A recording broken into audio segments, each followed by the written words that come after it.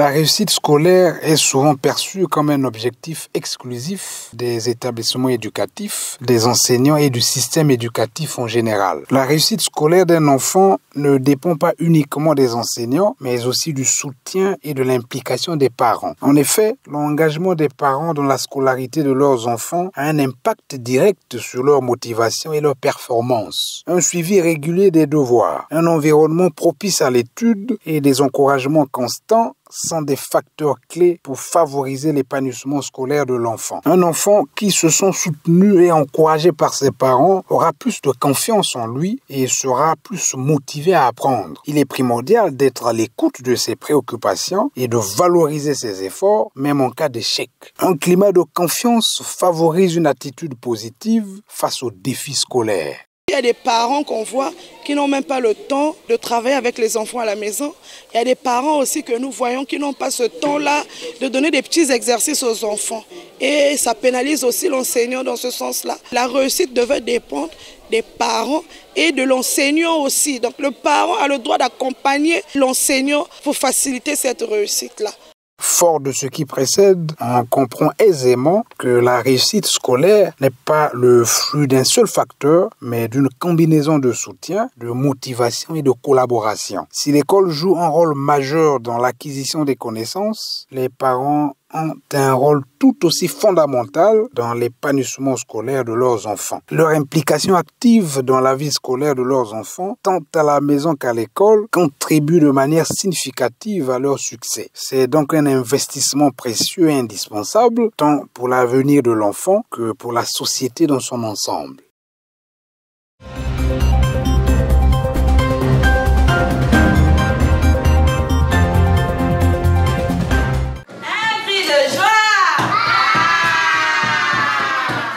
Dans toute société, les enseignants occupent une place essentielle. Ils forment les esprits, transmettent le savoir et préparent les citoyens de demain. Être enseignant, ce n'est pas seulement donner des cours, c'est aussi éduquer, encourager et guider. Chaque jour, les professeurs se battent pour faire comprendre aux élèves la valeur du travail et du savoir. Ils consacrent leur temps, leur énergie pour que les élèves réussissent. Respecter un enseignant, c'est reconnaître la noblesse de sa mission. Nous avons une discipline que eux, ces enfants-là, ils apprennent depuis l'école primaire jusqu'au collège, l'instruction civique. Justement, donne des valeurs à ces enfants-là, les instruit comment respecter l'enseignant qui est en face de toi. Parce que l'enseignant qui est en face de lui représente également son père. L'enfant ne doit pas prendre le professeur, l'enseignant, comme un vulgaire monsieur. Ce monsieur-là lui donne le savoir. Et ce savoir-là qui lui permettra justement d'avoir des diplômes et de travailler un jour. Parce qu'un enfant qui ne respecte pas son enseignant, c'est un enfant qui risque de basculer aux antivaleurs. Les parents, les élèves et la société entière doivent comprendre que sans respect, il n'y a pas d'éducation possible. Alors, les sociétés devaient mettre un point d'honneur à la valorisation de ce métier aussi bien noble que délicat qu'est celui de l'enseignant.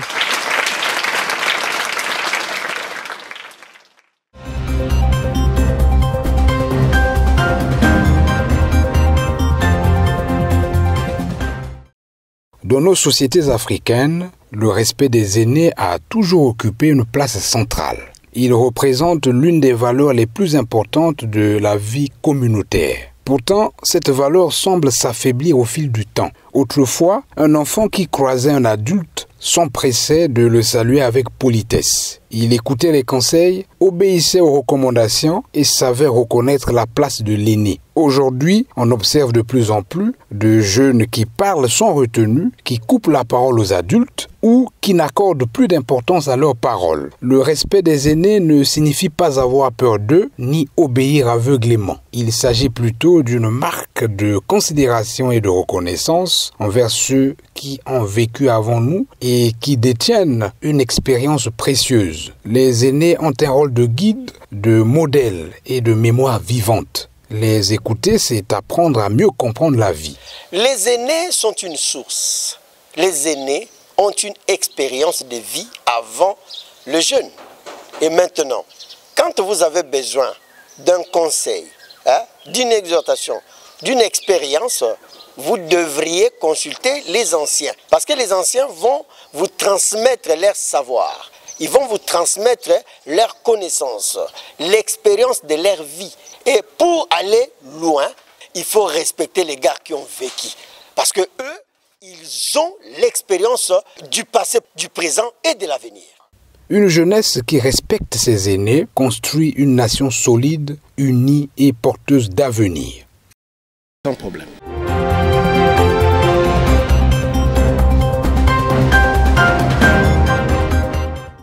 La chasteté, définie comme étant un état de sainteté, tant en pensée qu'en parole et en acte, est une disposition qui permet au spirituel de renforcer son intimité avec Dieu, question d'établir avec lui une relation saine, susceptible de le remplir du Saint-Esprit et de le faire bénéficier au mieux des bienfaits de l'Éternel. Dieu a horreur l'impiété et s'éloigne des mauvais. Conscient de ces dispositions, les membres de l'association Le Zolo Amour, OPH, observent la chasteté avant et après les solennités de grande envergure, dites fêtes programmées. Chrisman Kinwani, prédicateur de l'association Le Zolo Amour OPH et chargé de l'éducation du Bukopen Bukodek, a donné quelques précisions sur la chasteté au micro de Baron Machino et Diovei Konga. La chasteté est décrétée par une prescription divine. Quand nous lisons par exemple dans Exode 9, l'Éternel prépare son peuple à monter sur la montagne de Sinaï à la rencontre de l'Éternel, à s'approcher de la montagne de Sinaï, montagne que Dieu faisait revêtir sa gloire au temps de Moïse. Et donc, avant de s'approcher de la montagne, l'Éternel ordonna que le peuple puisse se purifier pendant 3 jours avant l'approche de la montagne. Et il les avait instruits en sus de se préserver des relations sexuelles. Et cette même loi est ordonnée à tous les olifeux de s'abstenir des relations sexuelles 3 jours avant la plupart des fêtes programmées que nous avons, à l'exception de la période allant de Rameau à Pâques, où la chasteté est décrétée du jeudi avant fête de Rameau à jeudi après la fête de Pâques. Sinon, les autres fêtes de l'Éternel, Dieu nous recommande d'observer la chasteté 3 jours avant la fête. Et ici, nous allons aussi ajouter ici, être en état de chasteté, c'est être pur. Et celui qui veut être pur, il doit aussi s'abstenir du mal sous toutes ses formes. Nous connaissons ce que c'est le mal par définition, c'est commettre un péché. Et pendant cette période, ces 3 jours avant, si nous pouvons faire un effort conséquent d'éviter le mal sous toutes ses formes, c'est bien dans cette condition qu'on peut dire que je suis chaste dans toute sa plénitude. La chasteté gage d'une vie spirituelle épanouie et d'une grande importance, d'où la nécessité de l'observer afin de bénéficier des grâces de l'Éternel pendant les fêtes programmées.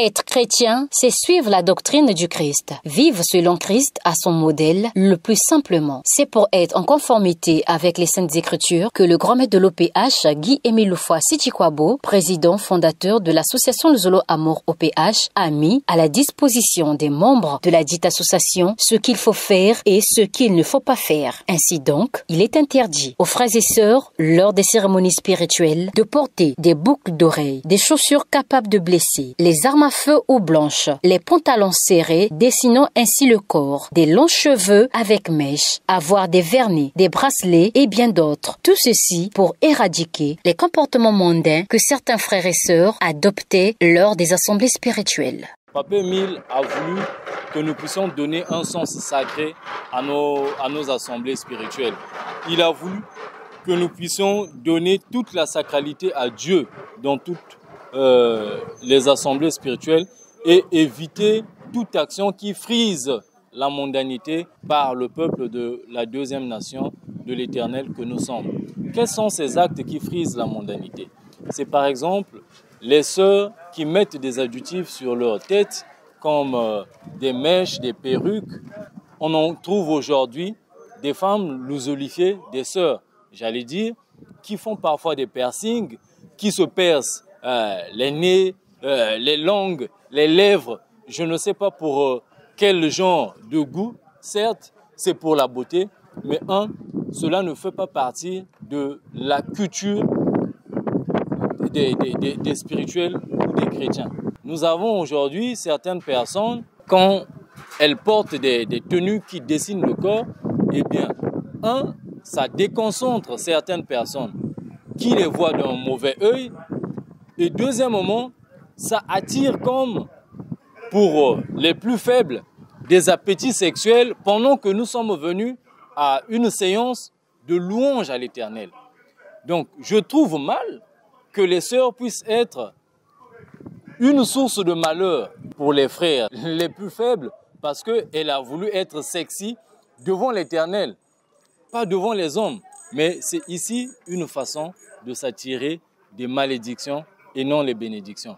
Parce que Dieu veut que nous nous habillions modestement en sa présence, en y doublons les pannes et en dessous que les sœurs aient des pantalons bouffants de façon que si elle arrivait à être prise en transe et que ses pannes pouvaient se décoller, au moins que son corps, le dessin de son corps ne puisse pas être à la merci du peuple de Dieu. C'est pourquoi le grand maître de l'OPH, Guy-Émile Foissé-Chikwabo, a instruit les membres de cette association de faire respecter scrupuleusement ses recommandations. Aucune sœur, aucun frère, quel que soit son rang social ou ses responsabilités dans l'association Le Zolo Amour OPH, n'est exempté au risque d'être refoulé de nos assemblées spirituelles. J'invite vivement nos sœurs de ôter ce complexe d'infériorité de la beauté artificielle qu'ils voient de la femme occidentale et de le faire pour eux.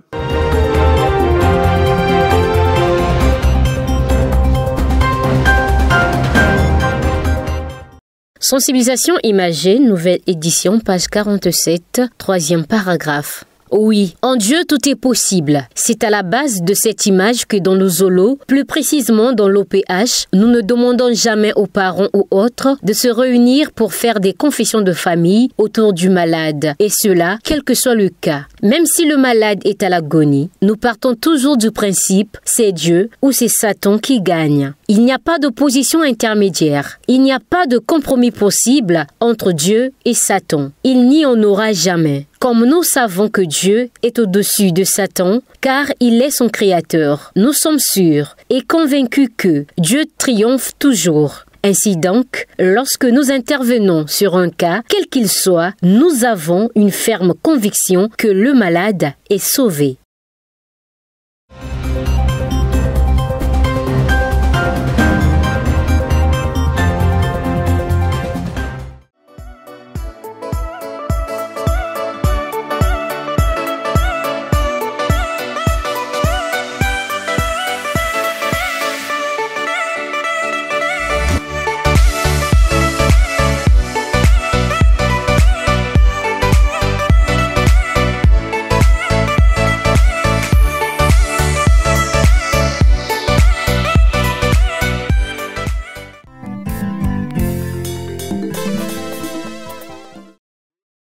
La mort, ce passage inévitable et mystérieux de la vie, survient souvent sans préavis, tel un visiteur inattendu. Elle frappe à l'improviste, emportant avec elle des êtres chers et bouleversant des existences en un instant. En effet, personne n'échappe à cette réalité. La mort, ce destin commun à tous les êtres humains, frappe sans distinction de statut social, de richesse ou de pauvreté. Aucun bien matériel accumulé durant la vie sur Terre n'accompagne l'homme de la terre au-delà de ce monde. Cet inéluctable passage rappelle à l'homme de la terre l'importance de vivre selon les principes moraux et spirituels en mettant l'accent sur l'obéissance à Dieu. Qu'on soit riche ou pauvre, la mort ne fait aucune distinction. Les trésors amassés, les titres honorifiques et les possessions matérielles deviennent futiles face à l'inévitable de la fin de vie. Toutefois, bien que la mort soit inévitable, son arrivée ne doit pas être vécue dans la peur ou l'angoisse. Elle doit être un rappel à l'importance de vivre dans la sagesse et de se préparer à ce passage. La préparation passe par la conformité avec les lois divines. Cela implique de vivre dans l'amour sincère du prochain, la charité, la justice, l'obéissance à Dieu. Obéir à Dieu, c'est vivre dans le respect de ses enseignements, c'est chercher à aimer son prochain, être honnête, faire preuve de compassion et de reconnaître l'importance de la prière dans notre vie. En restant obéissants à Dieu, nous nous préparons à affronter la mort avec sérénité. L'obéissance à Dieu nous permet de vivre avec la conscience tranquille, sachant que nous avons œuvré pour une vie conforme à sa volonté. Chaque instant de la vie de l'homme sur terre doit être un moment de préparation pour l'au-delà. La manière dont nous vivons ici-bas détermine en grande partie ce qui nous attend après notre passage dans ce monde. Guy Émile Foy-Sétikwabo, fidèle continuateur de la mission secrète de Jésus-Christ, en parle dans l'extrait de cette vidéo au cours d'une assemblée spirituelle.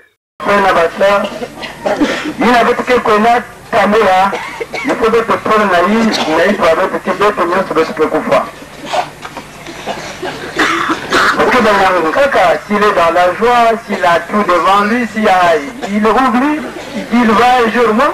Oui. Mais soyons prêts, parce qu'on ne sait jamais. Maman, vous faites un coup dans mes abats. Voilà pourquoi la Bible nous dit kuvanda vena makanisi lakini numulambati katika meza baba ikimbati dans programme nangai. Soyons toujours prêts, parce qu'on ne sait jamais. Donc, on en avait petit. Nous, que j'avais, wapi lungu, wapi uzoler que peut-être qu'on a pas terminé ça. Mutke zavaka, arbaki mona armée. Je suis pour vous dire, là, je t'abats. Mais personne ne peut savoir que aujourd'hui, c'est comme aussi la mort, on ne sait. C'est pas parce qu'on prie, on ne va pas mourir, non. Nous avons le privilège, la coulombe, la pouvoir d'avoir mais puisque c'est que nous demandons, nous avons dit, ici, il y a une salle contre, on ne peut rien. C'est pas vrai. Voilà pourquoi on nous demande de se rendre après. Il est donc crucial de mener une vie pleine de sens, de repentance, de prière et de bonnes actions pour espérer une rétribution éternelle dans le royaume de Dieu.